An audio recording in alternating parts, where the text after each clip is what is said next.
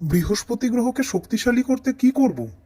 বৃহস্পতি গ্রহ মানে নলেজ, এডুকেশন, গ্রোথ, শরীর স্বাস্থ্যের উন্নতি, কাজের উন্নতি, ব্যবসার উন্নতি, পড়াশুনোয় উন্নতি, মেনলি বিয়ের বাধা যাদের আছে তাদের জন্য। তো এইখানে এটা হচ্ছে গিয়ে গুঁড়ো হলুদ, হ্যাঁ এটা গুঁড়ো হলুদ, আর এটা হচ্ছে গিয়ে হলুদ রঙের চন্দন।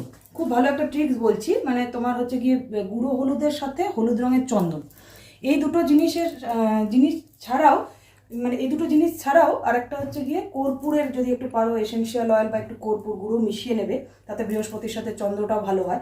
এটাকে এই 1 চামচ হলুদের মধ্যে 1/2 চামচ হচ্ছে গিয়ে তোমার চন্দন গুঁড়ো এরকম মিশিয়ে রাখবে বৃহস্পতিতে বার দিন। হলুদ চন্দন গুঁড়ো আর গুঁড়ো হলুদ, এই দুটো জিনিস বৃহস্পতির আঙুল হচ্ছে এটা, বৃহস্পতির আঙুল দিয়ে মেশাবে। ঠিক আছে, এই দুটো জিনিস মিশিয়ে তার মধ্যে যে বললাম কর্পূর গুঁড়ো যদি পারো আর কর্পূর এসেনশিয়াল অয়েল পারো, তারপরে এইরকম বৃহস্পতির আঙুলে নিয়ে এরকমভাবে তিলক করবে।